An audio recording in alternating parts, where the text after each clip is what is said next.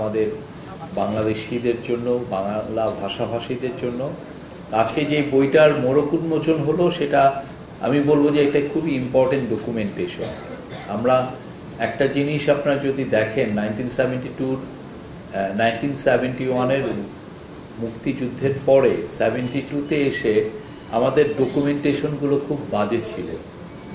ফলে ইতিহাসের যে বোঝাপড়া, ইতিহাসের যে দায় দেনা, সেই দায় দেনার জায়গাগুলো খুবই পরবর্তীতে এসে কন্টেস্টেড টেরিটরি হয়ে যায়। আমরা যারা হিরো ছিল সে ভিলেন হয়ে গেছে, যে ভিলেন ছিল সে হিরো হয়ে গেছে পুরো। কেননা ওই সময় ডকুমেন্টেশন খুব খারাপ ছিল। আপনাদের, আমি যারা জার্নালিজমের এখানে যারা আছেন, আমি তাদেরকে অনুরোধ করব 1972-এর বাংলাদেশের পত্রিকা, বাংলা পত্রিকাগুলো পড়বেন। খুবই দেখা গেল যে 1-2 মাস পরে, বাই 6 মান্থসের পরে কেউ আর 71-এ যে একটা মহৎ মুক্তিযুদ্ধ হচ্ছে কেউ আর ওর কথা বলছে না।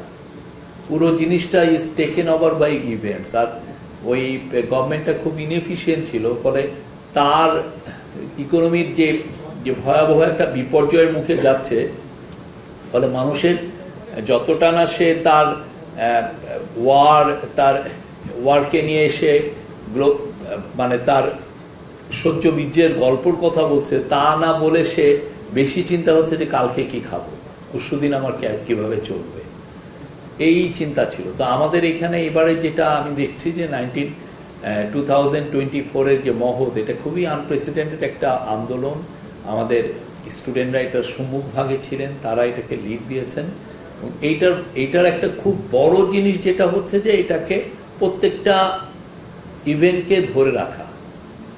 কেউ এসে ক্লেম করতে পারবে না যে না আমি এটা করেছি বা আমি ওইটা করেছি। সবাই জানে কে কি করেছে, কার অবস্থান কি ছিল, এবং ডকুমেন্টেশনগুলো খুবই ব্রিলিয়ান্টলি হচ্ছে। আমি বলবো যে একটা হচ্ছে ডিজিটাল আর্কাইভিংয়ে হচ্ছে, কিছুটা ফটোর যে কত ফটো তুলেছেন আমাদের ফটোগ্রাফাররা, তারপরে হচ্ছে অনেকে অনেকভাবে লিখেছেন, কেউ ফেসবুকে লিখেছেন, কেউ বইয়ে লিখেছেন, কেউ, এবং আপনি দেখবেন যে এখন বই আসছে, প্রথম যে বইগুলো আসছে সেগুলোর কোয়ালিটি নিয়ে কথা থাকলেও সামনে আরও বই আসবে।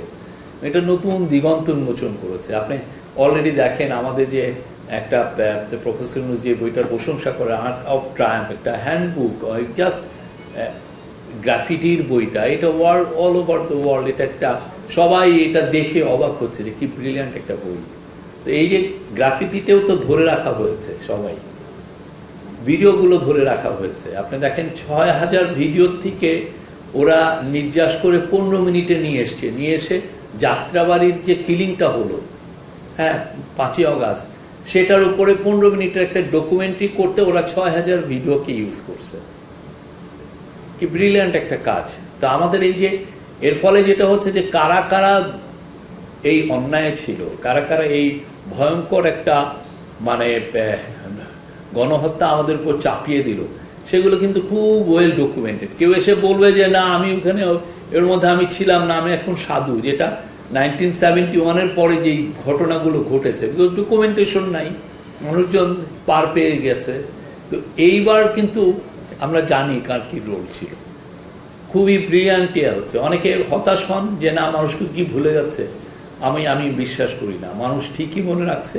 প্রত্যেকটা ইভেন্ট তার মুখস্থ, আমার তো মুখস্থ অনেকের। আর এই বইটা আহমেদ ফয়েজ আমার কলিগ, আমাদের প্রেস উইংয়ে আছেন, বইটা খুব ইম্পর্টেন্ট। কারণ এই জন্য যে 25টা নিউজ পেপার, এই নিউজ পেপারগুলো যদি না থাকে সামনে, যদি বন্ধ হয়ে যায়, এটার অস্তিত্ব যদি সংকটে পড়ে, তাহলে আমাদের তো নিউজ পেপারগুলো আর্কাইভিং নেই। তো উনি এইটা ধরে রেখেছেন, এইটা ধরে রাখাটা খুব ইম্পর্টেন্ট। মানুষ দেখলো যে কি ফ্রন্ট পেজটা কী ছিল। এটা আরও অনেক পরে যে এই ডকুমেন্টেশনাল ভ্যালুটা এটা ইনক্রিজ করবে। তা আমি এই বইটার উত্তর প্রচুর সবার হাতে হাতে যাক, আমি এটা আশা করি।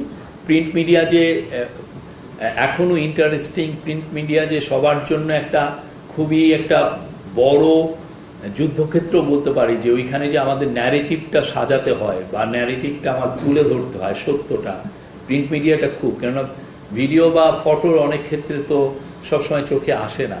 তো সেই জায়গাটা এটা খুব ইম্পর্টেন্ট একটা ডকুমেন্ট। আমি এই বইটার প্রচুর বিক্রি আশা করছি, সবাই এটা কিনবেন। Thank you very much.